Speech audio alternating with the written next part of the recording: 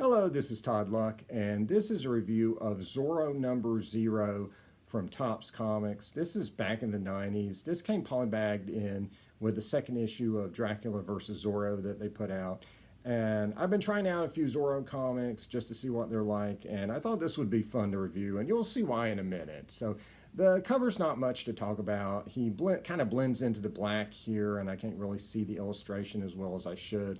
But the main action is on the interior. So just thumbing through the comic, I kind of got excited because it shows all these different villains that Zorro would be fighting in the main series, and they all had like these different names and motifs, and they look really interesting. And then I opened it up and started reading it, and I remembered it is indeed a 90s comic. So it is a very particular type of storytelling. So it is infatuated with blood. We end up, with this poor animal bleeding to death, trapped in a trap here. The title is actually called Drink the Blood Straight, which I actually think is a really cool name for a story. And then we get all this text, which is kind of appreciated because, if this was a modern day comic, you'd be able to read it in 2 minutes. But here it definitely extends the amount of time that it takes to get through this. But it does it in kind of a tedious way. A lot of 90s text like this is basically narration, doing flowery descriptions of what's going on and thoughts about it and stuff like that. And it's not necessarily the funnest stuff to read through. The artwork is really good, though. Mike Mayhew does the artwork, and I'm not going to argue with that. I mean, he does a great job.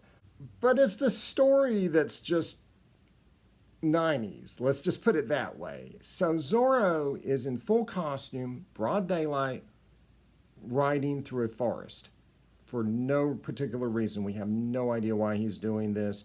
It says he would be the first Spaniard who's ever ridden through this forest.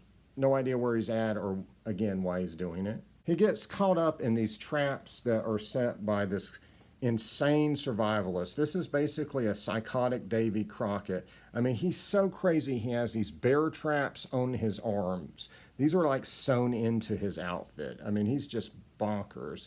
Basically, he's been out in the woods so long that he's gone crazy from all the stuff he's had to do to survive. And so what's the name of this psychotic Davy Crockett who just kills everybody who goes into his territory? Well, it is Buck Wild. And yes, I am not kidding you. This guy's given name is Buck Wild. He spells his last name W-Y-L-D-E. This is actually the name his parents gave him. They looked at their baby and was like, you know what? I think we should name our baby Buck Wild. And I know what you're saying to yourself. Todd, I can't believe that there was a character named Buck Wild in comics. And what I would say to you is there was not a character named Buck Wild in comic books. In the 90s, there were actually 2 characters named Buck Wild in comic books. This is Buck Wild, spelled properly, who was a parody of Luke Cage in the Milestone comics. He appeared in Icon, which is an excellent series.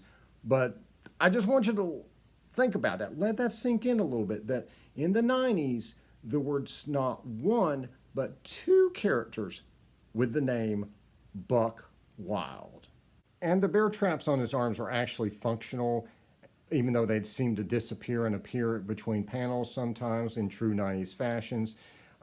They actually capture Zorro's sword and also come down on his hand, kind of sticking him in this bear trap while fighting Buck Wild. And I just want to point out that during the fight, he says, "A gall darn cape, what'd you think you was going to do, take off and fly?" Flying is not associated with capes until 1938 with the first appearance of Superman, which is over a century after this story takes place. What is this guy, a time-traveling survivalist? And so as Zorro struggles with Buck Wild, he rambles on about what he's had to do to survive, and that's where the name Drink the Blood Straight comes from, because that's one of the things he had to do was drink the blood of an animal and all this stuff.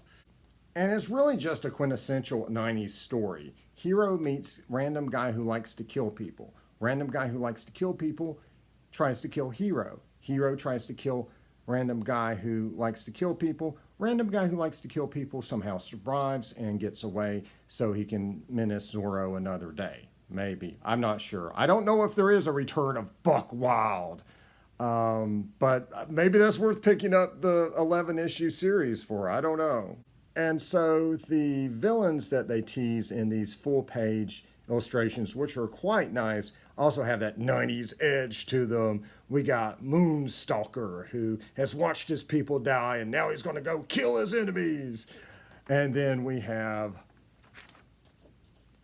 Machete, and this guy is so badass. He's just walking around in like a pool. It looks like a damn river of blood. You talk about Tarzan and rivers of blood. This is like Zorro and rivers of blood. This guy is just wading through all the blood of the people he's killed.